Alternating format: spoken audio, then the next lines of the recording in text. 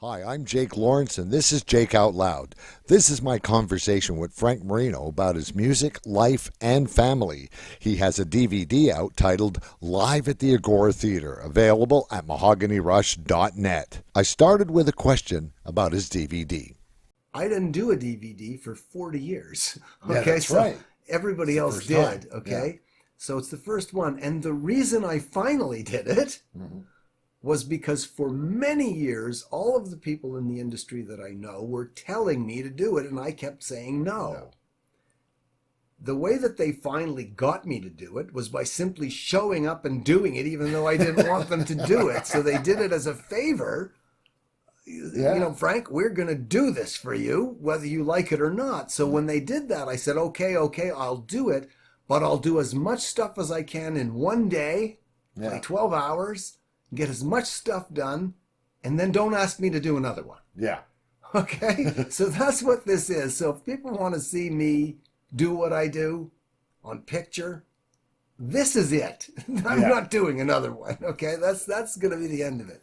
How do you find watching yourself I don't like on it. stage? I don't like it. How does anybody like looking at themselves in a mirror or in a photo? You know, that weird feeling that we're people in the business. So we hear our voices all the time on tape. That's right. So we're not freaked out by it. You hear your radio show after you go home, you might think, hey, is that really me? But it doesn't freak you out. But most people who hear themselves on a tape recorder go, oh my God, who's that? Oh, I sound so funny. I sound so weird. Most people get that feeling. And there's people listening to this who know what I'm talking about. I'm sure they do. And I think I don't get that feeling when I watch myself because I'm so used to it now. Yeah. But it is kind of odd. It is. The one thing it has done, having seen myself, not just on this DVD, but there's a lot of telephone videos of me on YouTube and stuff, which I think are awful. What it does do to me is it causes me something very curious to happen with me. Let's say a guy comes up to me and he says, I saw you at Giant Stadium in New York in such and such a year when you played with this guy in that journey, this guy and that guy. Yeah.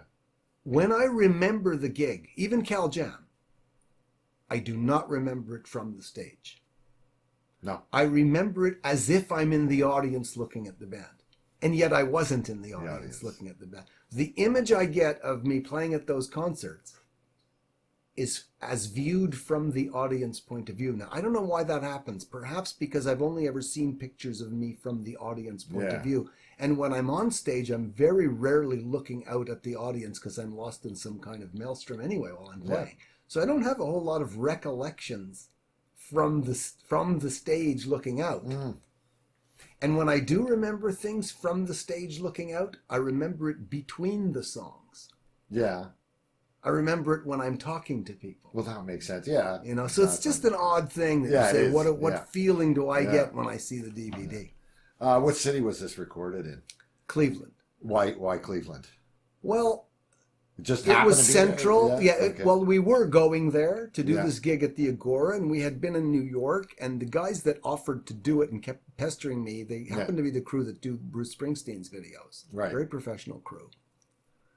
And I said no. And they asked me in New York again, we want to come and do this for you. I'm going to bring you everybody. I said, no, thank you. I was going to Cleveland anyway to play at the Agora thing. Yeah. And so they showed up. And we got a call we weren't even there yet, and we got a call from the promoter at the Agora that said, hey, there's like a bunch of trucks here that say they're doing your video. It was like, what? So we got on the bus, we went down, and it was like, okay, well, it's here now. Let's just, let's do this thing. And we did, and it turned out they did an amazing job. They did such a beautiful job on the shoot that when I got home and found out that some of the audio was damaged, I couldn't have put it out like the way it was. I had to either throw it away and say, thanks guys, thanks God, but no thanks, or I could fix it. And I decided, I'm going to fix it. I'm going to fix these broken tracks and, reconstitute these distortions and this drum thing. And I did, but I didn't think it would take me as many years as it did. And it did. It took me a lot of years. But I wasn't going to quit. Once I started, That was it. I gave my word. And get on that train and just kept going. And I just finished it. So yeah. It's done now. And God willing, it comes out. Yeah. When you go on tour, because we're on that touring thing right now, and you just mentioned you did that one in Cleveland. Tell me about touring. How does that work for you, for your family? Do you leave your family at home? Do you go, how does it work? No, ever since, well, first of all, I met my wife in 1980. Yeah. And we're still together. So it's 38 years. From day one that I met her, she started coming with me on the road. Okay. First as my wife, and then eventually as a road manager. It's kind of like Spinal Tap, but that's what happened. Okay. But so we've always been together, and then we had our kids in 1993. So when we went and started having the first of 3 girls, it was like I was off the road. I got off the road. I didn't want to play anymore on the road. So for 4 years, we just basically stayed home. Raised your kids. Yeah, 4 or 5 years. Yeah. I made a record, Eye of the Storm, and didn't ever think it would come out. I just made it as an experiment for me.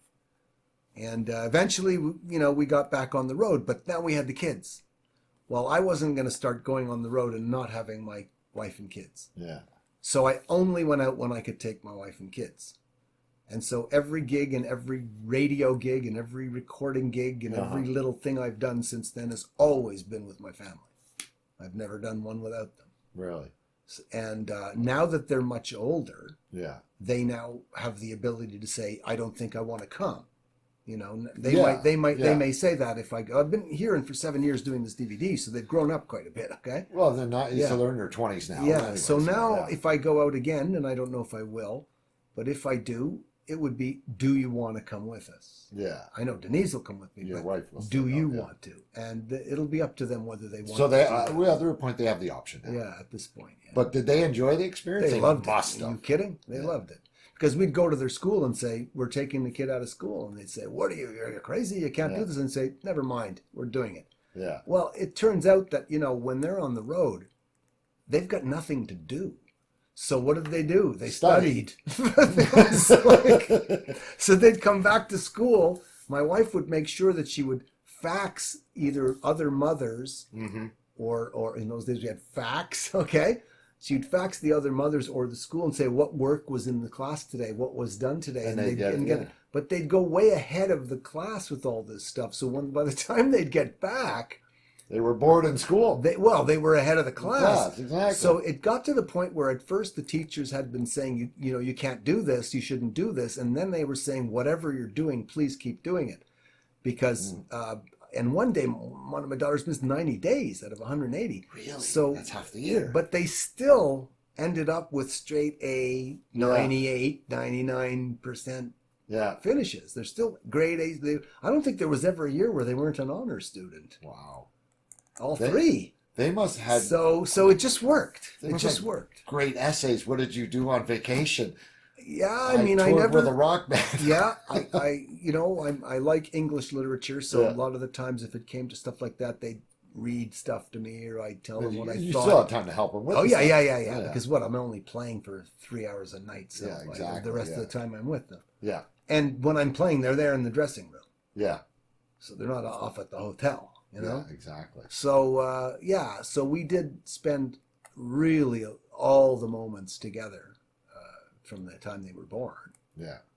And now we still do. You know, now they've got their lives and their university and their boyfriends and whatever. Everything else going. So it's a little bit different, but they still live at home and, you know. And there's a bond there. Yeah, and the bond is there.